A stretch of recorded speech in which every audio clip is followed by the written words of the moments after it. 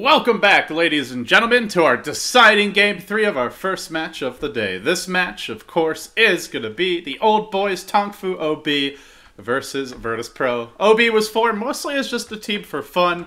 A lot of veterans from the Chinese scene. Long Didi, Didi, Zhou, Xiaowei, players you should recognize from previous internationals. Two of them champions and the other two, and Didi and Long D, who made pretty good runs at those events. And one really old face in 820, someone who is known for support Vengeful Spirit play, pioneer for that hero in terms of the skill build and just so many other things throughout the years.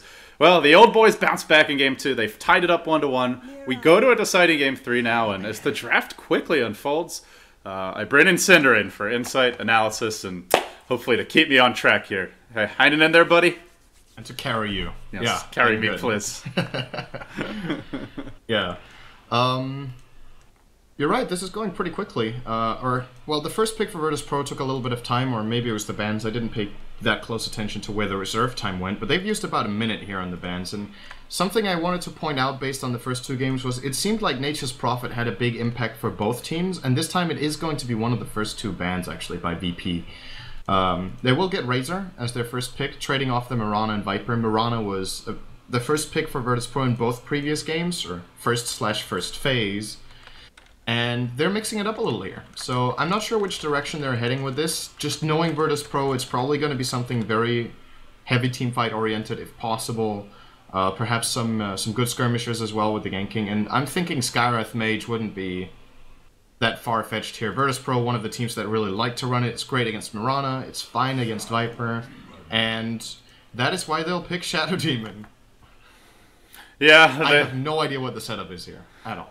I'm not sure. This is kind of an odd pick, to be honest. I don't know. It's very weird to see him picked up this early and without like any clear reason for the pick. But I guess it is a block pick. If they want, they can ban the Bane, maybe like a Earthshaker, Sandcane, or Rubik if they're really worried about the combo. But yeah, that's kind of odd, Sind. I do want to point out that I think OB won the coin toss, and they did elect a dire side, so that's one factor to keep in mind going into this Game 3 is they got the side they wanted. They haven't really gone for much of a Roche draft yet. I'm actually worried about that Drow Visage coming out. VP ran it earlier in Game 1, and I'm wondering if it's something OB maybe sneaks in here. They are dire side, and generally we see teams very focused on getting those extremely fast Roche lineups on the dire. Yeah, there's at least a lot of the good Roshan heroes are still remaining in the pool. The main one, Lycan, is of course gone. Prophet is fairly good too, Death Prophet as well, but there's just so many heroes these days that you like to pick more on the Dire than on the Radiant because of the Roshan potential. Of course, probably going to see a Medallion picked up at some point by OB, and knowing OB's players, like you said, the Vengeful Spirit could definitely be a choice with a Medallion here. A good way of saving whoever gets disrupted or creating some space in the fight. Will be pretty nice to just have a good targeted stun to set up for the Mirana follow-up, and yeah, there's a couple of good choices that OB could get here. I think Venge is definitely one right up their alley, but alternatively, what big heroes do we still have left? We haven't seen Earthshaker today, who saw a lot more play during TI4 and also after, but seemed to fall off a little bit in popularity. Is that true? Earthshaker, you're saying? Yeah, I feel like he's being picked a little bit less than he used to. Yeah, I think with that change where like you can't redirect the creeps anymore, I mean, he's still not bad for drawing lanes back, but yeah, I would say we don't see him that much lately. Some Sandcade, I've seen some Earthshaker picks. It's not like he never sees play, but he's just generally not a huge priority. And VP will ban the Visage, so I like that choice. Just making sure they don't get cheesed by that Drow Visage combo. I'm sure Cloud9 will love the fact that you call that a cheese strat. I'm sure they're really proud of that. Hey man, cheese is not, I don't mean in a derogatory way. I mean, it's not really a cheese, it's like cheesy, not a cheese strat, but yeah, it's... You're really trying to save face right now. You're really trying to make me lose face. So. I gotta work to counteract your efforts here, Sind. First you start conspiracy theories against the tournament. Then you start fleshing out at teams. What's next, LD? You're gonna flame your co-caster? You're not doing me a solid here, Sind. You're supposed to make me look good, not flame the crap out of me. Oh man. OB go for a Centaur. So Obviously, a pretty nice choice versus Razor to break aesthetically. Gives them a good initiating offlaner, but not really a Roche hero. And VP will go for the Leshrac. Heavy dual roam for them. Yeah, looks like their goal now is just to...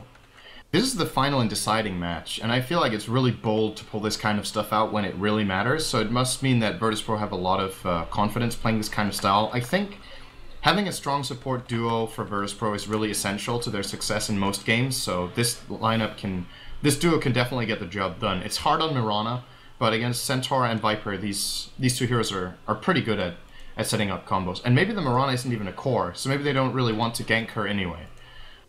But it's showing a lot of your hand to the enemy team when you draft like this. It's pretty obvious, unless VP try to play the Leshrac as a core, which I would love to see, then it's pretty predictable which way this is heading.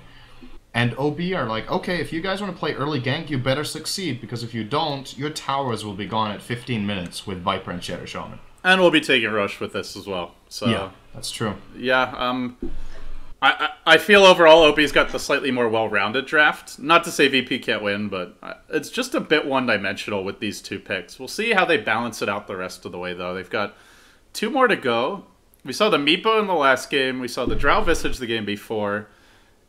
We're not going to see the G Tinker, which has been a real staple of a lot of VP's recent wins, and they'll not go into a Bristleback. So I guess he's decent against the wards of the Shaman especially, but they just get kind of a tanky snowball-oriented hero, which, if these early roams work, could take over the game. We'll see. It's just, the thing is, the Dire lineup, I feel like, is pretty good at kiting a Bristle. They've got a Viper who just innately makes life really hard for melee heroes, and then you've got Centaur with the Stampede, you've got double single-target lockdown from Shadow Shaman against the Bristle, and even Mirana with the Leap. It doesn't strike me as the stereotypical good Bristle pick, but it's a really good pick for the team. Like, Virtus.Pro like playing around this kind of lineup where they have a frontliner who can really make the fights happen and use it to their advantage. And if like you said, if their first... I think it can be... We can put it in a pretty simple way. If the first ganks from Virtus.Pro work, they're going to be in a good position. If they fail, they're going to be looking really weak. I know it sounds really simple, but if you look back at TI4, where you had a team like Vici Gaming running this exact duo in SD Leshrac, and then if the first couple of ganks don't work and you waste smokes and you waste time, the enemy supports outlevel you, they take over the map, and you're stuck with these two very fragile supports that just get burst down really quickly. So VP need to get off to a good start, it needs to work, and if it does, Bristleback is one of those heroes who can really take over mid-game. Yeah, he could definitely snowball this, and if they don't have that good start, though, I think, like you said, he's just completely controlled. I like this Invoker ban here. It's something that can split push effectively, can cause some problems for OB if they want to group with the Necro Book, the double Forge Spirits, and it is a great follow-up for the Shadow Demon Leshrac duo, and it seems that's really what OB are most concerned about. Just don't let them overwhelm a lane too hard. Maybe they'll get a couple kills, but avoid giving up like 3, 4, 5, 6 kills in the laning stage, and with that VP War, we'll now ban out the Doom as their final choice, so this leaves OB. They've got their offlaner in the Centaur. I would love for them to pick Necrophos. There is an Ancient Emperor. Yeah, VP already have their supports, most likely. Yeah. That hero almost never gets picked, but I actually think it's a pretty good game for it. Because VP don't have heavy single target. They mainly have... Oh! What are the chances? What are the chances?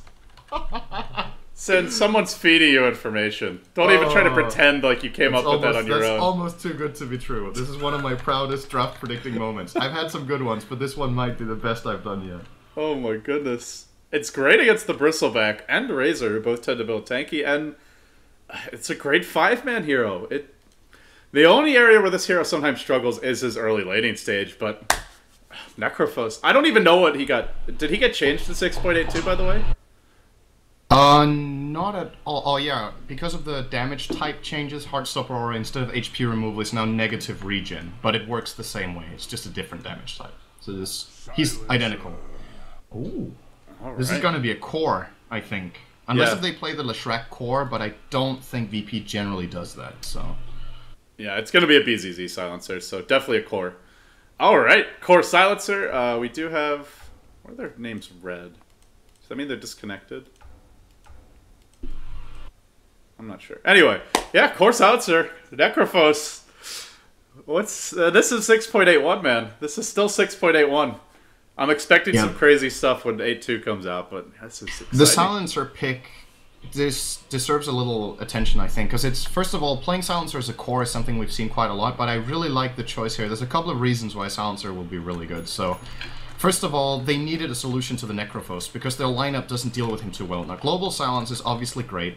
Last Word is amazing against that hero, because he generally doesn't get BKB, and he is a very spam-based hero. Death Pulse has a very low cooldown. You want to use it many times during the fight. You can't if you get Last Word. You use a lot of potential and you take a lot of damage, right? And then in addition to that, he has pure damage in his glaives, which is the single target they will need to deal with Joe's Necrophos in this game if he gets farm. Of course, Necrophos is that kind of hero who, if he gets off to a bad start, his recovery curve is really, really steep. But he's also the kind of hero that can take over a game with a good start. And it's, you know, it's kind of funny to see. We talked about it earlier that old boys might bring out some of the old strats because they are old school players, and like you said, the team's gathered to mainly have some fun and just see how far they can get. And I just love seeing them not being afraid of pulling something out of the hat in this game. All right, with that, we'll introduce the teams, guys. It is a deciding Game 3, your final match of the opening set. We've got BZZ on that carry Silencer. Yo will be playing the Shadow Demon. Support towards the mid lane goes G on the Razor. Boots first for him. Sidoi, the off-lane Bristleback. That leaves Jadam on the Leshrac. And then to the Dire side. Long DD, a retired player for a long time now, making a foray back into competitive play as ours teammates for the old boys. On your Mirana, that puts 820 onto the support Shaman. A super blast from the plus there. Joe will be playing the off-lane Necrophos. Shawait, the Viper mid, and that leaves DD as the safe lane Centaur. So, interesting lanes here so far from OB. Yeah, Joe is going to really have his work cut out for him in the bot lane. The matchup itself, I think, already favors Silencer, but when he starts with a DD for the first wave, it's going to be rough. And I'm wondering with the strategy for OB here, I think they were expecting VP to run an aggressive trial lane and just dodge that with a Necrophos, and they've accomplished that. They're just waiting to see the supports, which are going to show in the top lane momentarily here. Actually going to open on DD here. Good damage to be done. They might get the kill. Yeah, follow-up splitter is there. Oh, with the boots first. DD might be able to run away, though. Arrow coming through. That's going to connect on Jadam. Oh, he lives. The boots first. I thought it might get him killed because he dropped so fast, but with the stomp and the retreat, they just couldn't stay in range for any follow-up. Nice arrow there from Mirana. A little bit surprising that VP went in melee range with their ranged heroes. Because I think they were looking for the surround, but it might have cost them the kill there since they got 2 heroes stomped instead of just 1. Those extra 2 right clicks might have been enough to take him down. He had like 80 health, so. G now under pressure mid lane, and Long DD is going to drop a sentry, suspecting there's an observer here, and he's right about that. He'll deward it now. So the bottom lane, you mentioned BZZ with the early double damage will probably have the edge, and so far he has a slight edge, only 1 deny advantage, but he's starting to lay in the harassment on the show. Yeah, he's really getting zoned off this lane. It seems like he's going to need some support. Yeah, Joe even started with 1 pack of tangos only, which I'm a little bit surprised to see. Even if he was expecting the one-on-one matchup, that generally won't cut it against any hero he would have faced down here, I think, so.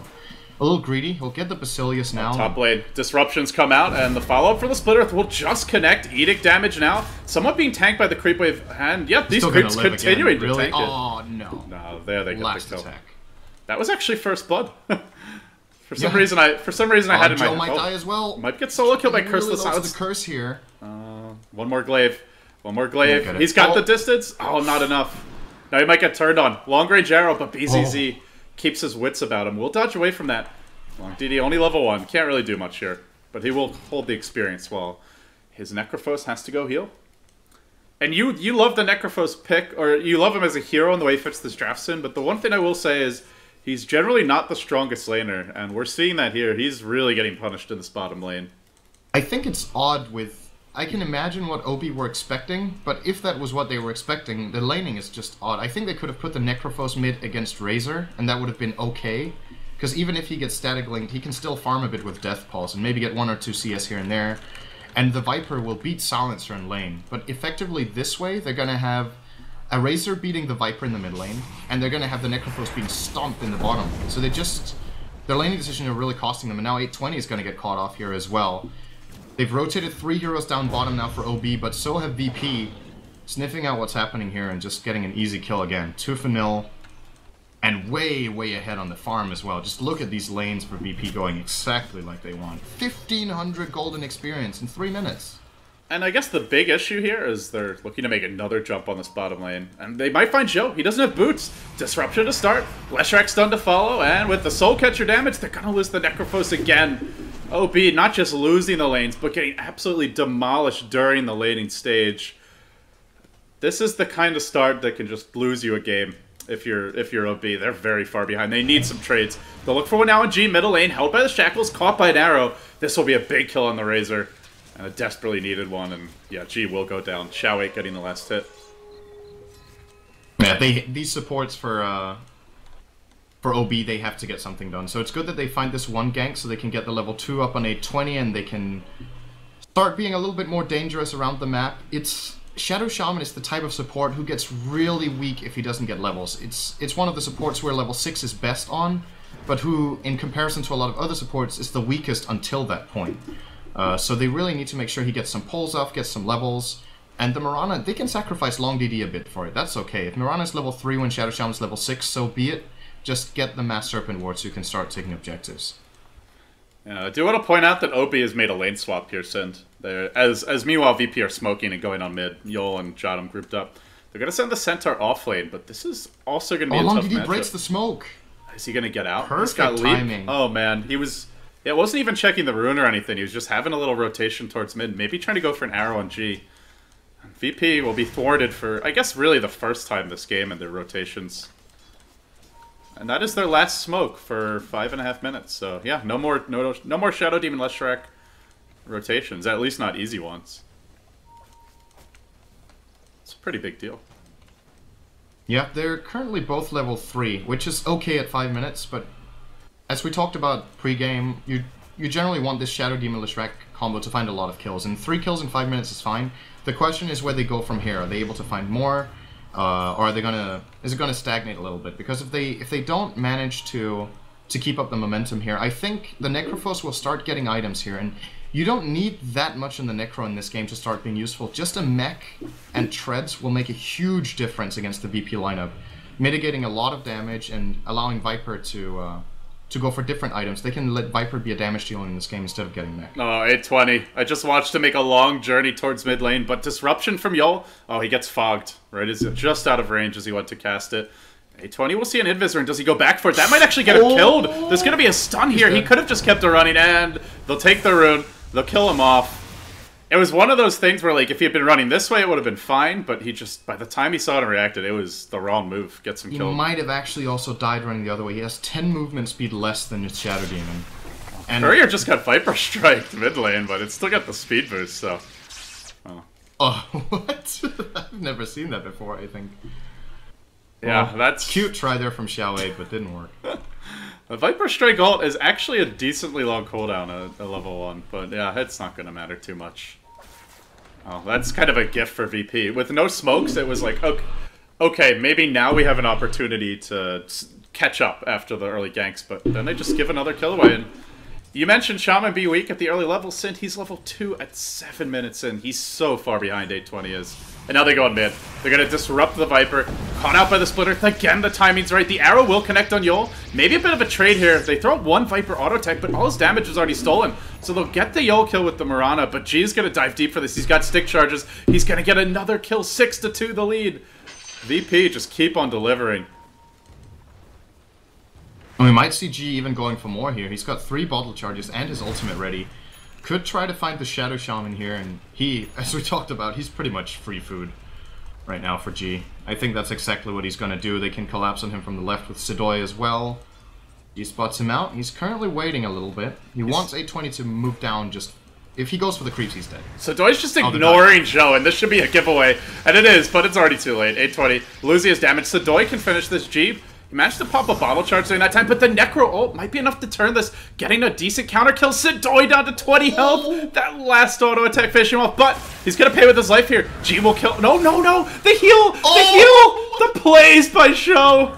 Oh, what a turn. It looked like the Necrophos was done for, but brilliant patience will bait in G just a bridge too far. He ends up going down. They just killed off a snowballing Razor and Bristleback, and that just pulled this Necrophos right back into this game. And just that sadist kill, the regen he got out of killing the Bristleback allowed him to cast one more Death Pulse. Very wisely as well, Joe goes in and melees the Razor, so the Plasma Field didn't deal enough damage, and he just got the mana from Sadist at the right point in time. What a phenomenal play. Suddenly he's level 8.5. Let's remember, this was a feeding offlane Necrophos. Like, not to say Joe could have done much else, but if he doesn't get that double kill, he's probably sitting around, I don't know, like 2k net worth right now. Level 6 just, and oh, what a turn it was. He can have a 12 or 13 minute mech if this continues, and that's a big worry for VP because the way the lane started out, everything was looking great for them. They're still far ahead on Golden XP, but just a couple of core items from OB, and I think without a good global silence, I would still favor the Dire in teamfights when Shadow Shaman gets level 6. So they have to be pretty cautious with how they deal with it. Actually, maybe Xiao 8 will be getting the mech for the team. At least he has the headdress so far. Could also be a pipe, which is pretty good against the Radiant lineup too. There's quite a bit of magic damage in there with Curse, Lishrak, Plasma Field, and Shadow Poison, so maybe. But I'm thinking it's the mech for Xiao 8, and then they'll maybe tank up the Necro. Perhaps we're going to see an Atos first. Oh, they're looking for Zhou again, but he's just going to keep on running with... He's got his treads up. He's a little bit more durable, but this does mean Jotum with the level 3 Edict can melt this top tower. There's no tower exchange right now. They will glyph to hold it. But they're just leaving him on an island wall. Meanwhile, Long DD caught out in an awkward position. He stops to hit a creep, and then he'll run away as Zhou gets dove top lane. But he's got the heal off once, and he's got a level 4 heal now. This actually does quite a bit of damage, using the ult to stay close to Jotum. Now the second heal will come. He didn't get that heal damage off in time, but yeah, with the Shaman coming in, 820 will... Well, actually, they split the kill, but he gets some much-needed experience on his very impoverished Shadow Shaman. Well, no one's more impoverished than the Mirana of Long DD. 800 net worth. Now he's going to buy more sentries, but at least they're getting some levels now in their support.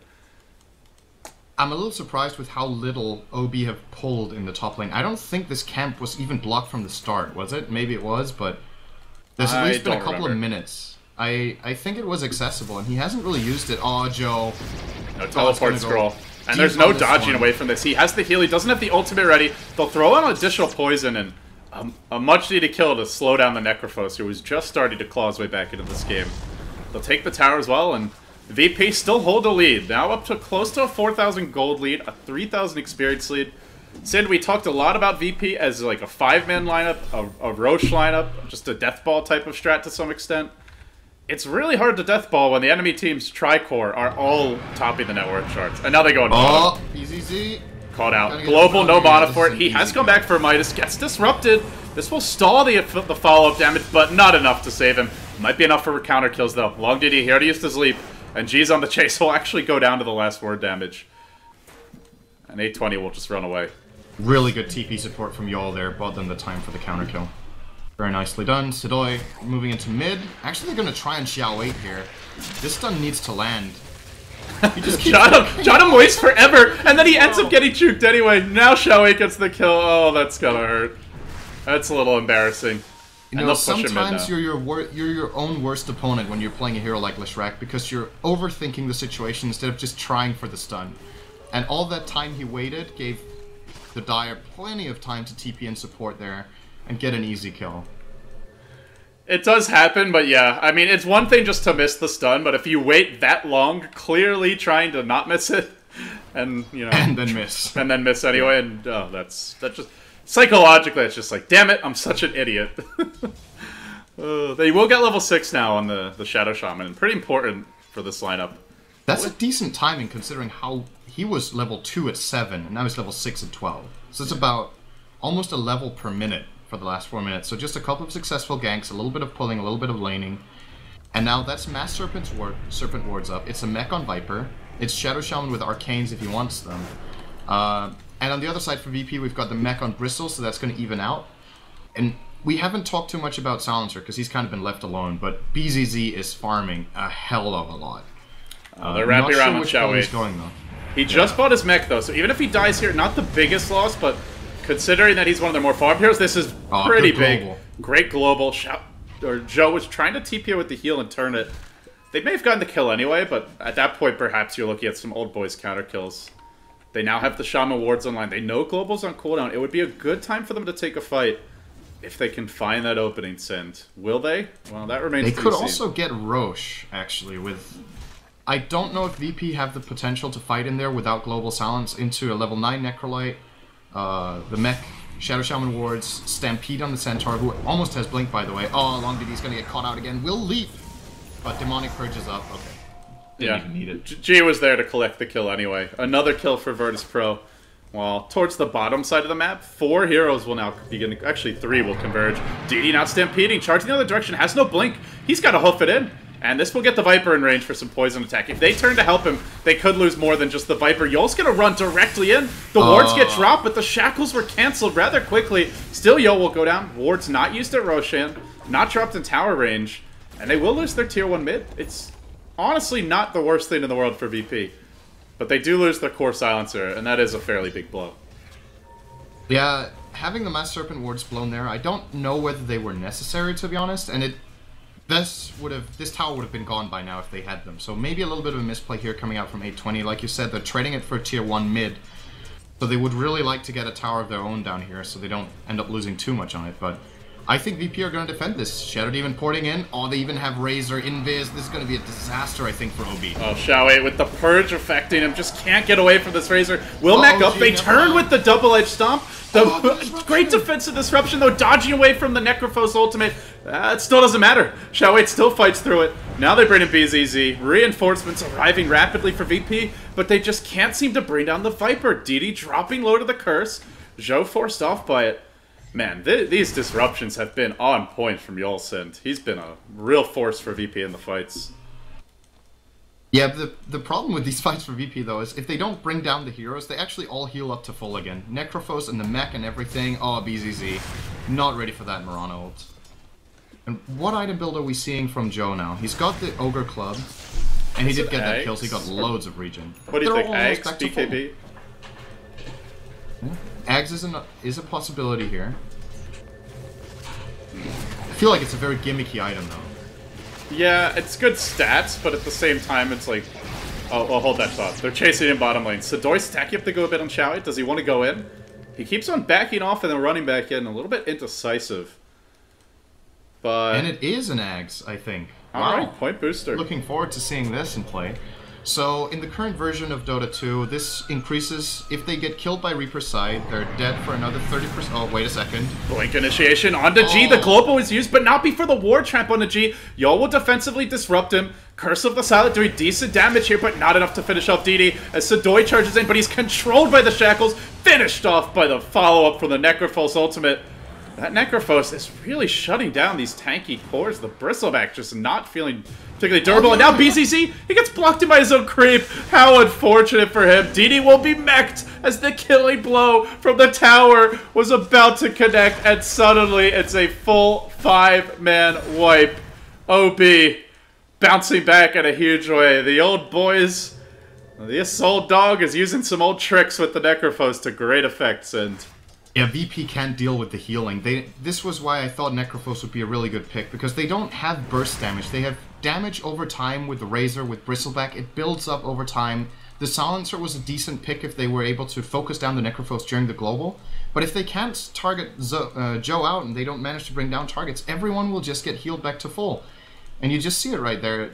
They got a couple of heroes down to pretty low, but it doesn't matter if they don't take them down the whole way.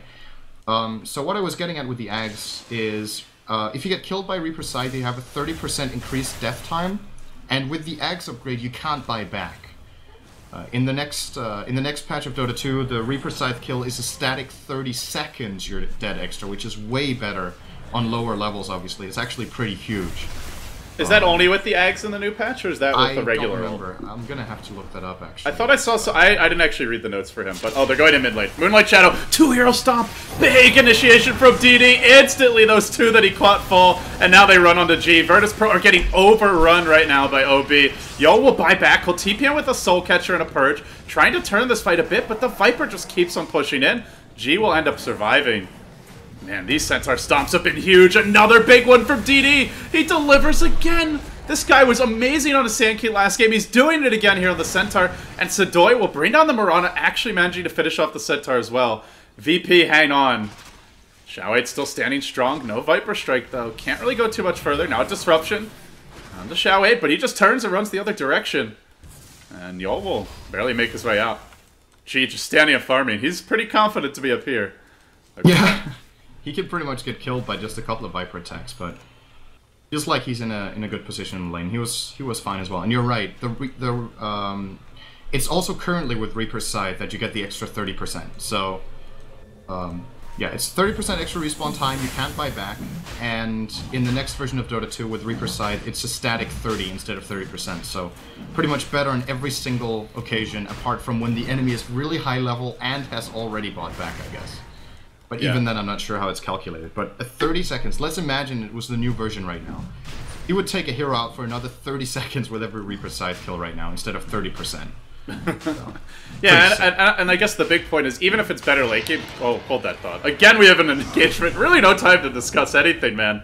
These teams just want blood. Well, Global will be used, and with the Aegis going the way of OB, they know there's no Global here for 2 minutes. And Necrophos, easily one of the best Aegis carriers in the whole game, because you have to focus him down. If you don't, he heals up the entire team. But if you focus him down, he has an Aegis, it doesn't matter. And I don't see VP killing him without using Global. I cannot imagine how they can do it. They have to Global, and then what do they do on the second life? I like to think of it as the heroes who use the Aegis the best are the ones that either help the team a lot when they come back with their second life, or the ones who can really use the mana pool well. So like Storm Spirit, who can initiate and come back and jump out or pursue even further. A hero like Leshrac is incredible with it as well. And Necrophos is really up there with the best as well. So, looking strong right now is Joe. Good showing of the hero. It's really cool that when a hero like this gets picked, he has a good game, so you see what it really can do sometimes. Yeah, especially with the Disruption mid lane. Yol's jumping in here. Stampede was used, and Chai just turns to fight this one. The Shaman of 820 blinks in, then he gets dusted, and now he's in too far. They'll just go for the TP out, though. There's no way to cancel this. He barely makes it back. Only one poison stack. He should survive this. Oh, man. What a clutch TP from 820 there. A few of his movements earlier this game just weren't that crisp, but G gets barely dodging that arrow. Still a blink stun. Can they follow this up with enough burst damage in time? Mirana has no points in Starfall. Oh, yes, the haste rune. But yeah, they have the eggs now on Silencer, so one component down the drain, and now you just need the refresher, and you might have a comeback on VP's hands. And they're only down a slight amount right now. It feels like a lot more momentum-wise, but in terms of actual gold, they're only trailing by about 3k net worth here, Synd. Yeah, it's not just the numbers though. It's more the bigger implications on the game right now with how the fights are turning out. I just feel like the value OB have on their heroes their gold is just more valuable right now. And with an Aegis as well, I think VP are gonna need to. They're gonna need more than just a. That's five poison stacks on Show. Oh wow! Oh, they again managed to dodge the Reaper Scythe with a timely disruption. Show just lost like 1,000 health from that. Now they go in with the Stampede. They want to get a good jump here while the Silencer ultimate's on cooldown. It's just a Razor for an Aegis. They do take a tier 2 tower as well. I don't think Joe realized that was a poison max, because he had heal ready. 700 damage. Oh my god. After reduction, I think. Yeah, between that, the auto attacks, and just the Curse of the Silent damage, like, he was holding a heal. He could have just been spamming the heal a bit more, but, well, at least they get the tower, I suppose. And by the way, what do you think about the blink? Oh, I was just going to ask you, what do you think about it? This is... I don't see much Necrophos, but yeah, Blink Dagger, Necrophos. What's the reasoning here? It's a good way of getting in close, obviously. This hero benefits a lot from having mobility. Generally, Blink is not the go-to choice. You often get a Force Staff for a little bit of extra intel, and because you will generally get targeted, so Force Staff you can actually use during the fight. But perhaps the idea is, let's say there's initiation from someone else. He can get in close and easily hit a Reaper Scythe from different angles. If he wants, he can blink in a Death Pulse in the middle of the fight, knowing that his team follows up. But still, it is kind of an odd and very unorthodox choice here from Joe. Oh, gee. Uh-oh. Really? Nope, they're not going for it. Shadow Demon is around.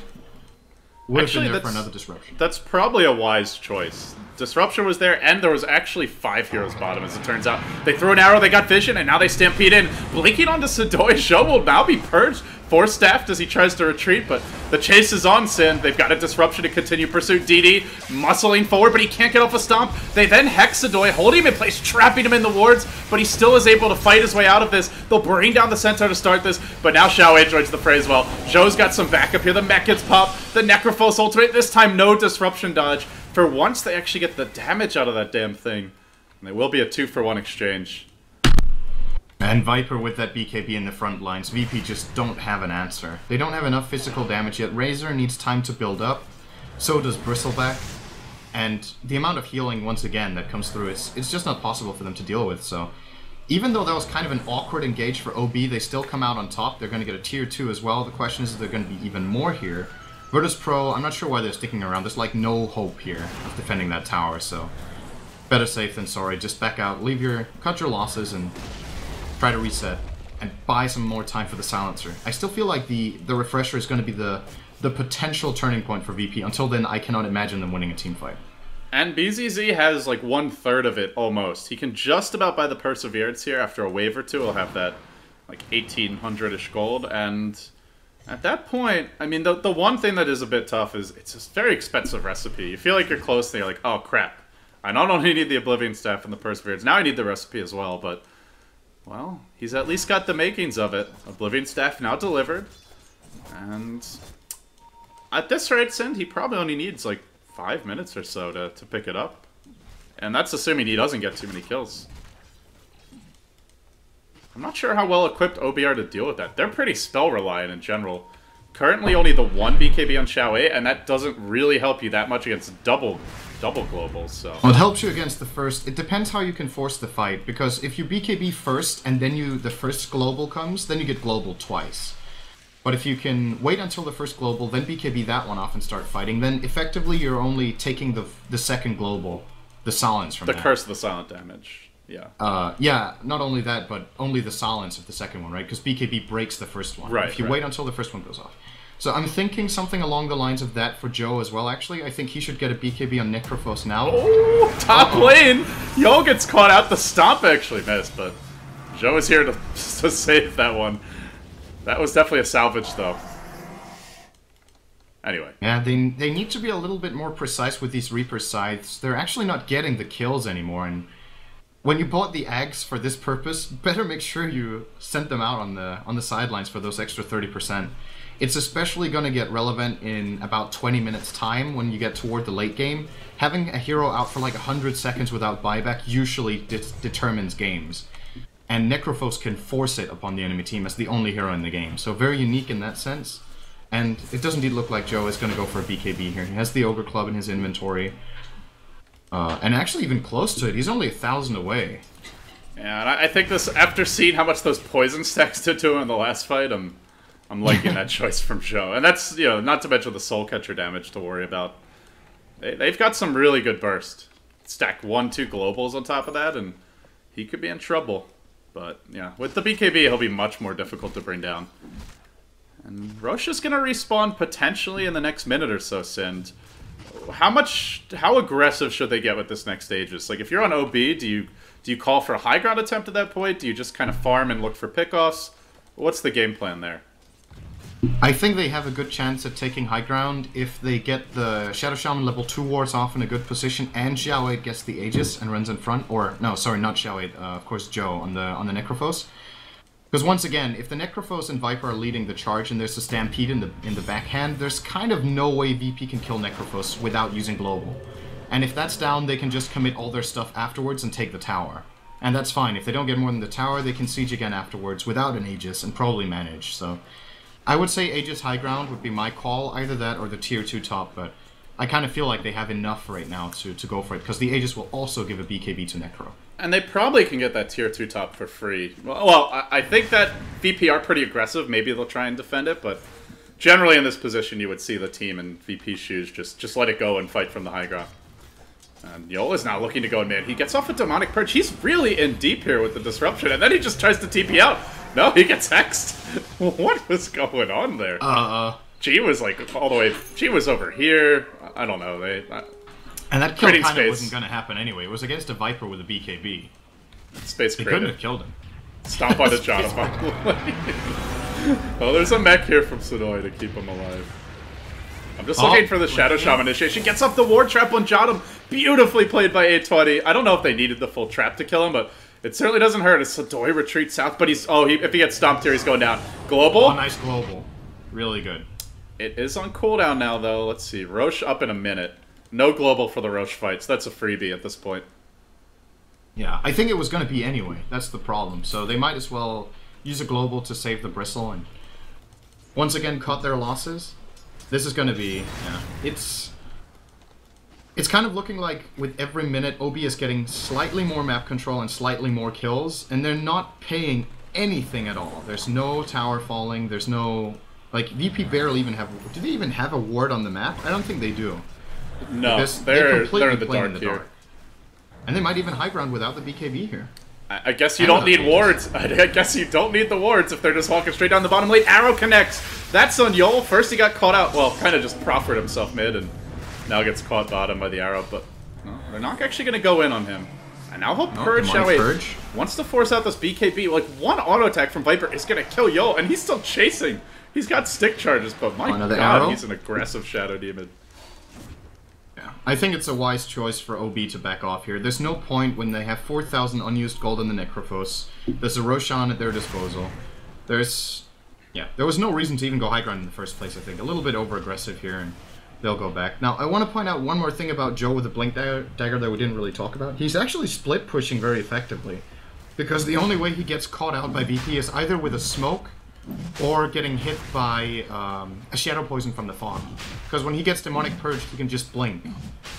Yeah, you don't take the damage until afterwards. Yeah, so he can play with a lot of confidence in the side lanes, and he's really been doing that, especially in the top lane, putting a lot of pressure up there in the last few minutes. That's a good point. And it really makes me worry. I mean, they just don't have much on the BKBs outside of this global, and VP have repeatedly been forced to use global, like, not really when they want to, you know, like it's a global just to try and save one hero, maybe get a single hero pick off, but we haven't seen them effectively use global in a team fight in like 15 minutes. And that's where, at that point, if the globals aren't up, there is really nothing to deal with BKBs. Just like purge, I suppose, but that's pretty much it. Your Razor's not tanky enough to survive these fights. It's gonna be. They do have the pipe on Sonoy to get some work done, but that's true. It's kind of two teams running into each other that are both incredibly tanky, but the one team has a Necrophos, and it's just if you look at long fights and you have a level 4 Heartstopper Aura as well as the Death Pulse on one side, and on the other side you have a pipe, it's pretty obvious when the fight extends beyond 20 seconds who's going to have the upper hand. And VP. I'm still looking for the burst. I think Silencer's next item, now that he has to be Refresher, he has to go for his Scythe of Vice now. No BKB, no defensive item. He needs to hit hard so that during these silences they can actually bring down targets. Because their lineup's just not built to single target heroes out. And so they have to compensate for it. Yeah, I would agree with that, and it also is great. Scythe of Vice has great synergy with Refresher as well. You get your double Hex, double Global, all the spells, and it can be a very game-changing item, especially against the Necrophos. That means he's not spamming his heals. Against the BKBs, maybe they don't get to pop them in time. So, yeah, I'm with you there. I think it's a good choice. They do need more damage is the main thing. Your Bristleback's got pure defensive items. G is just desperately poor as this Razor. 32 minutes in, like, you'd expect to see these items in a good Razor game. Well, you wouldn't even expect to see these items. You'd expect to see an Ags first, probably, but he's nowhere near that Ags Refresher status. Not even a single tank item outside of BKB. It's Silencer who's going to have to carry them. But I have seen a lot of global Refresher games that turn on the back of the Aghanim Silencer Ultimate, so I don't want to count it out just yet. Yeah, there's a couple of important things here. First of all, the Mirana and Shadow Shaman have pretty low health pools, so... Oh, wait a second, there's a Stampede. Oh, there you go. That's what it was for. Blink it onto John. He doesn't teleport out very quickly. But meanwhile, top lane, they've gone in on Joe, using this global, forcing back the rotation, preventing Joe from escaping. The wards get dropped. It's a full trap on G, but he'll just eat his way out of those wards. Tanky an arrow, but he's got a BKB up, so it doesn't affect him. The Leshrac was finally hunted down, but he's not the priority target. It's Joe who must be dealt with. Joe has his ultimate when he respawns. G's going to drop low in the trees. 820 will run him down on the support shaman, and now they jump in a bit further here. Silencer already used the double global. It just isn't enough. Joe will get a secondary kill, and that means a push. This might just be your X. There are no wards, I think they can though. almost get 2 lanes. They're all going to get full health again. They know the 2 globals are down, so there's kind of no teamfight potential for VP anymore. It was a great game one. I would even be surprised if they back, actually. I think they can just stay in the base and just fight. There's nothing that can stop them at this point. The only threat was the double global, because first of all, the Mirana has pretty low health, so does Shadow Shaman, so they could take them down. But even then, just when you look at the net worth and compare the supports on the 2 teams, we're talking a lot about the cores, but have a look at how poor VP supports are. Everything is on the global silence, because the supports have their spells and that's it. No utility items, no sort of levels even on those 2, so there's just too much pressure on one guy, and he can't do the damage by himself. Well, if they lose this game, then a long journey to China ends with nothing to show for it. Aside from the trip and the experience, they won't get any prize money. Only the top 4 do. Oh, there is a prize. Or, you know, no, sorry, actually, I think I'm confused with WCA. Scratch that. Never mind. Yeah. WCA is the one that's got 4,000 for 4th place. $7,000 for 5th to 8th place. Okay, that's not too Yeah. All right. Yeah, I just looked at the WCA prize pool yesterday because the distribution for that is insane. It's like 350,000 for 1st. 4th is like $4,000, and 5th or 8th get nothing. But okay, you're right. Yeah, I-League is a lot better. So my apologies, guys. Anyway. I got a little excited there. Smoke, and now OB will make their move. One more good fight, though. That might really be it for VP. Yeah. Oh, gee. Okay. Well, that was also the Necrophos ultimate, so... He's gone. That's 70 seconds without the Razor. Well, he's not really their most important hero. Still, I don't know if they can win this 4v5. He would love to buy back right now, I think. But... well... He can't. Yeah, this is going to be high ground, Sid. This might be second lane of Rax. Wards get dropped. It's an Aghanim set of wards out for 820 as the arrow clips Yol from the sidelines, and then they jump in. Quickly, they look for these kills. Global number 1 has now been released. They've got a secondary global here, but no mana for it. They can't use that second global, and they just tank through it. OB pop their BKBs, they start healing up, so even if there's another global, they'll be at basically full health. They already are, in fact, and they'll take a second lane of Rax. The old boys, they were on the brink of elimination, albeit they didn't have to travel as far for this tournament, but they strike back with a vengeance. And they're going to take a third lane of Rax, and that'll be it. The Aghanim's Necrophos does its work, Sint. You called it, man. Yeah, I feel like the Axe didn't really do that much in this game, apart from this last fight, which is about to end right now. BZZ's going to get blown up.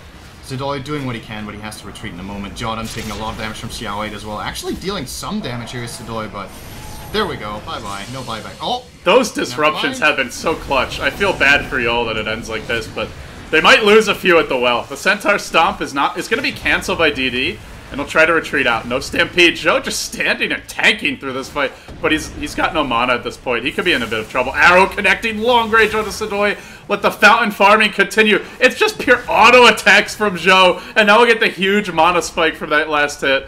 Turning on Yol. He's literally 1v3ing them. Finally, his team will return into the fight, and Joe will just finish wiping the floor with VP. It's a wipe in the base. GG. Oh, man. What a turn for the old boys. They're looking rather spry. They got off to a really bad start as well. I want to point that out, how awful the really early game was for them, and they still managed to just get a little bit of farm, one turnaround, and then suddenly they took complete control of the game. I think after the 10-minute mark, they won every single fight, or maybe 15.